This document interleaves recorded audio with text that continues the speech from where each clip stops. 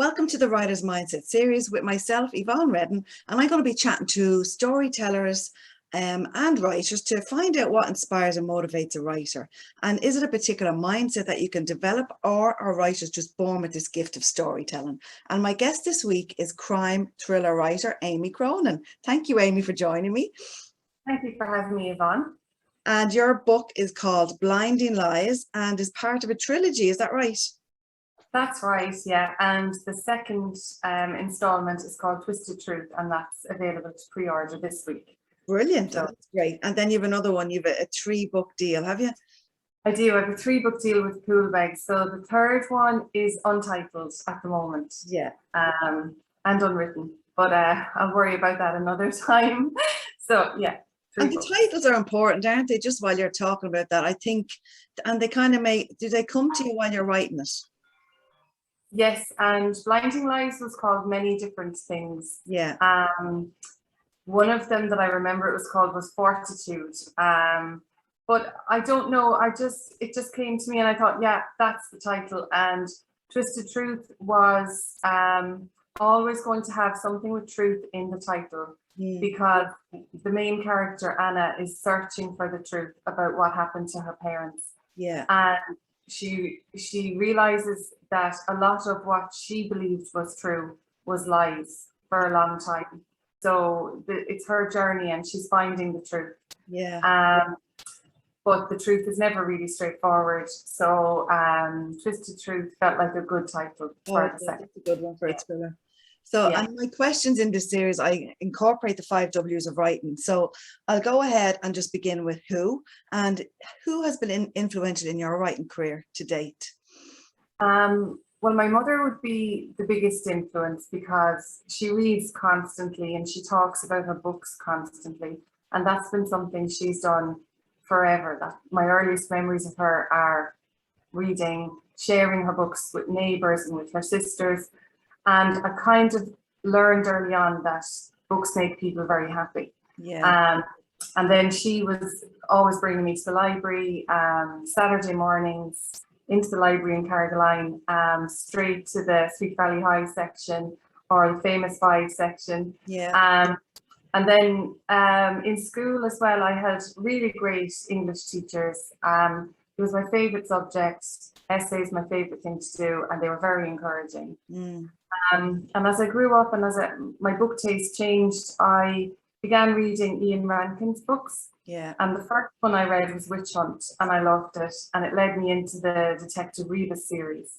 Yeah. And I just felt like how I feel when I pick up one of his books is just so great. And I would love if someone felt that way picking up one of my books. And it just kept cementing the dream to be a published author.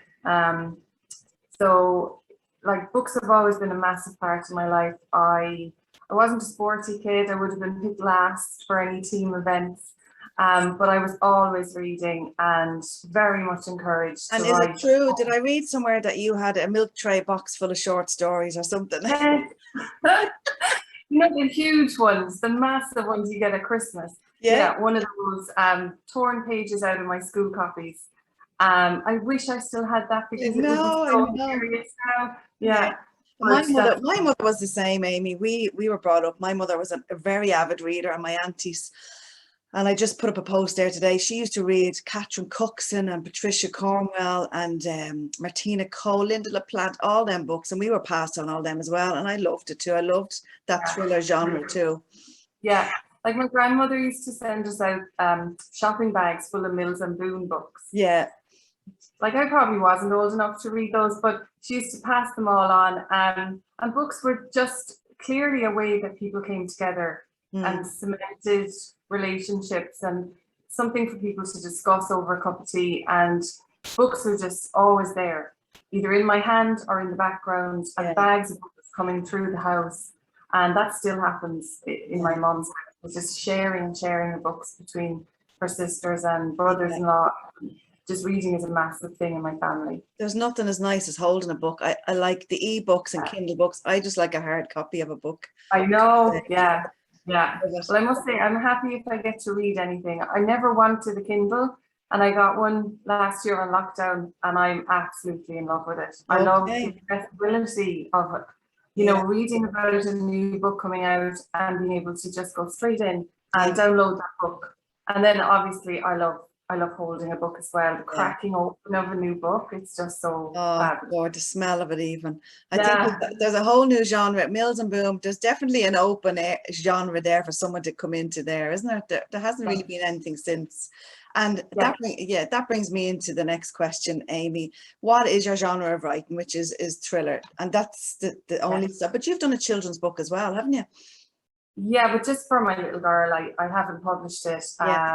It's thrillers draw me the most, but I am generally, I read anything from fiction to autobiographies, fantasy, any genre. I just love reading. But I love a mystery. I like the unfolding of a mystery and how you can get emotionally involved in that almost. And that goes right back to my Nancy Drew collection and my Famous Fives, and just getting this mystery that slowly unfolds as the book goes on. I love that. So I find some books kind of really heartbreaking, and I tend to find crime and thriller books just like an escape, like real entertainment. And the more unlikely this would ever happen, the more I can get invested in it. So it's very unlikely, I hope, that you'd meet a serial killer on your journey. But it's important to make that character really likable, though, isn't it? I find that people, if you have your audience and it's getting all that components into your character to make them really likable as well, even though they might have all these flaws and other things going on, isn't it? Yes, I found that really true with the girl with the dragon tattoo. The character Elizabeth Sallis. I loved them. Like she's quite an unusual character, but you're rooting for her from the start. So definitely you want your readers invested in your characters. Absolutely. And is there a location that you like to write, or do you kind of pick wherever you can get time with two small kids as well? I'm at the kitchen table, which is not ideal. So I can do it now while they're in school, and I'll do it when they go to bed at night. And then if I'm in the car and I have the laptop and I'm waiting at the side of a pitch or whatever, I will write. But I find it difficult to write when they're in the house. Maybe it's because of the genre I'm writing. So I'm thrilled that they're back in school, and fingers crossed that they stay there now.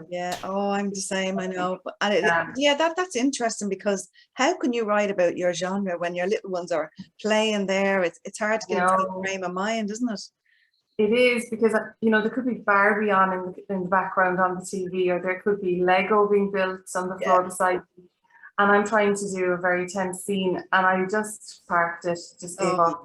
So you can get stuck into all that now, all the gory details. That's the plan. Yeah, definitely. And when do you find is the best time to write? I suppose that's a difficult one, because both of us have small children. You kind of grab any moment you can. Like, is morning or night better for you? Morning is better. I tried the 5 a.m. writing club that's on Twitter, and I just ended up rewriting everything I had written. So I'll be home from school about 9:30, do whatever I need to do in the house, and just try and get a good few hours done then. Getting out of bed at 5 a.m. doesn't work. And depending on how the day went, I might get another hour done in the evening. But if it's not feeling easy, then I won't, because what I find I end up doing is rewriting. So if I'm tired, or if I'm not really feeling it, I have found it's best to just leave it. Maybe make a few bullet points of where I want the chapter to go, but park it, because I will end up rewriting. Instead of coming up with new material, is that what you mean? Yeah. And the 5 a.m. club, is that like an hour writing club? It's just people getting up at 5 a.m. and like there's a hashtag that you can, I suppose, get support online. But it's for people, I guess, working full time or finding it difficult to write during the day, and just getting up before everyone else in the house and getting your word count done. And where do you find that, Amy? Just on Twitter. I've just seen a few hashtags. Hashtag 5 a.m. writing. It didn't work great for me, because I'm just not that disciplined, I guess. I'm not that fresh at that time, but And maybe you've got to get the little ones up as well. Paul Howard gets up at 5 a.m. and he writes very early. So it suits some yeah, people. Everyone has their own kind of routine that they do, isn't it? yeah, you find what works for you. Exactly. And Yeah. like, I suppose, why is the next one? Why do you write? And do you think that you need a certain type of mindset? Like, or is it something that you can develop as a writer? I write because I'm drawn to it, the way I guess someone might be drawn to paint or any other way to express themselves. I always kept a diary. I was always tinkering around with a pen and paper. Yeah. I find it relaxing, even though the subject matter is quite dark. And it really became a very strong thing for me last year with COVID and lockdown. And everyone was obsessed with the daily numbers and the images on the screen.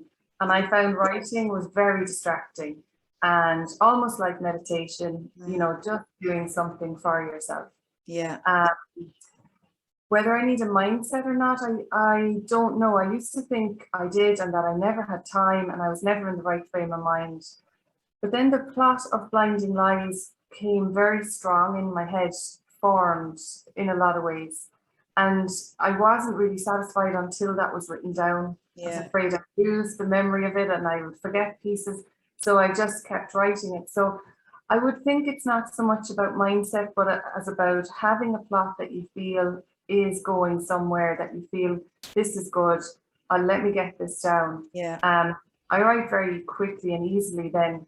But when I'm struggling to connect A to B or find my plot points, there's no point writing for me. I have to wait till it's ready and then it'll happen. Do you do freehand or do you do it on your computer?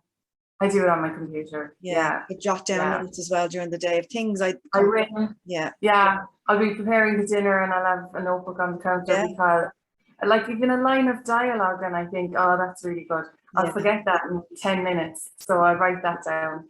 And there've been times with Blinding Lies that I wasn't sure, like I'm not really a big planner. So the plot I could be gone for a walk and I'll figure out where the character's going next. Yeah. It's recorded on my phone or send it to myself as a text message. Yeah. And get home and write it. So it's sort of like all over the place, my writing, I guess. There's no set, like I'm going to write from 10 until 2 and I'm going to get this done. It happens all day and I just have to be ready to write it down and then put it into the book when I get the chance. Voice message is a good idea actually, isn't it, for when you're out walking something, because if you're out walking you might see something that might trigger something. So it is good maybe to do that voice message too. That's a good tip to writers as well out there. And I think the main thing that I'm hearing from people from the writers I speak to is to read loads, keep reading and write something every day even, and that's a good tip to do. Definitely, yes. If I leave it too long, you nearly have to go back and reread everything and remind yourself the mind frame of your character and where they're at, and it takes a bit of time, so it's better to do something every day. And is there any advice that you would give to new emerging writers that you wish somebody maybe have told you? I think I would advise people to kind of find their tribe, find a group of people. So I didn't have any I suppose writing group that I'm part of, and I've made friends now within the writing community almost a year down the line, but at the time it is very kind of lonely when you're putting your book out there. You're really not sure if it's any good or what's going to happen, and when it does happen, what should I do? So join a writers group, find some friends that are in the same path as you and trying for the same thing as you, because there's a lot of information online, but there's nothing quite like picking up the phone and chatting to somebody who's doing the same thing and sharing your own journey. And where do you think is a good place to start? Do you like just writers group, or is there any social media platforms that work best in your opinion? Well, I was advised after I got my publishing contract that I needed to go on Twitter and make a presence there. And it's from there then that I have made some friends in the writing community that we would, you know, easily text each other now with information or questions. Yeah. So that's been very beneficial, and people are lovely. I found the people that I've met, they're really friendly and welcoming, because Yeah. there's plenty of room for more writers. There's loads and loads of readers out there. Yeah. And there's a book for everybody, you know, there's plenty of space. So I also did a writing.ie course, Yeah. 2 of those over the course of a week. So they're a week each, and you just get a writing prompt every day, Yeah. and then you kind of have an online bunch of people doing the same thing. So I found those good as well. That's a great idea. Vanessa has loads of resources, hasn't she? She does, yeah. And she was doing those courses, and even just having someone like Vanessa critique your work is brilliant, because you could put in a 200-word piece of writing every day and have people give their opinion on it. Great. And you learn so much from that. Maybe a phrase isn't working, or maybe something really is, and you get a boost of confidence. So just other people that are writing are very helpful to you on your journey, and it's important. That's a good bit of advice for writers, actually, to join that. So that's writing.ie. It can be found on writing.ie. It is, and I just found that on Facebook, which led me to Vanessa, which led me to the Inkwell Writers resource, and I did have a consultation there, and just gained so much insight from Vanessa, and so much help with my main character.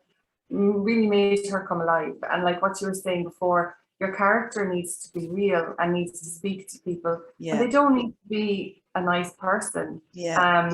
My bad guy, the antagonist in my book, has gained a lot of sympathy from people. People are saying they're kind of rooting for him all the way through book 1, and that's because I really liked him. So that came across in your writing then, obviously.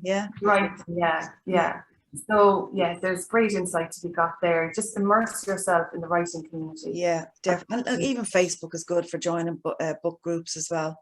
And you can get lots of information there from people who are just that step ahead of you or the step behind. It is really good, a good platform. Exactly. And can you name any 3 books that you're reading at the moment, or about to, or would love to? If you have the time. I know, I'm trying to pull myself away from reading so that I can start writing, but I can't do it. They're just so good. So I actually have 3 authors on my bedside locker at the moment. So I'm currently reading Catherine Kerwin's book, Darkest Truth. And next on that is Ty Coakley's book, Whatever It Takes. So we'll be 5 of us are going to Spike Island on the 17th of September to discuss crime writing for the library's Culture Week. I seen a post on that, actually. Is Michelle Dunn is involved in that as well, isn't she? She is, she is. Brilliant. And the 3rd book I have is Catherine Ryan Howard's new book, 56 Days. Oh, it sounds amazing, doesn't it? Yeah. It does sound amazing, So I did a quick read of the first chapter, and I thought, oh yeah, I can't wait for this. So I'll just go back and finish what I'm reading. And I'm terrible, I can do that. I can bounce between books. Can you? And I do it writing as well. Because I'm at 50% of 2 other books that have nothing to do with the trilogy, and I will just bounce around. So great that you can. That's a gift in itself, Amy. I don't know. I think it's being a Gemini and not being really able to make up my mind on things. So I just have to get focused now with book 3 in the Blinding Lights trilogy, and I will. But brilliant. And when is your second one out? Did you say again? It's available today to pre-order, and then the 15th of September it's out. So, and then Blinding Lies will be heading out to shops nationwide next year. So it's been digital and print on demand up until now. But it's going to stores next year. And is it online? Whereabouts online will people find it? It's on Amazon, it's on book repositories, on Waterstones.ie. So it's out there. It's very cool to see it, and obviously then to hold it in my hand has been just amazing. Fantastic. Congratulations. Thank you. Where can people find you then? Whereabouts are you on social media? I'm on Twitter, so Amy Cronin author, and Facebook, Amy Cronin Books. Great. Brilliant. And congratulations, and the best of luck with your book coming out soon as well, Amy. And Thanks, thanks for your time as well. There's some lots of tips in there for people looking at this. And oh, there will be. If anyone would like to contact me, I'm across social media platforms. The videos will all be on YouTube, and I should see you next time on The Writer's Mindset. And thanks again, Amy, for your time as well. Take care. Thanks.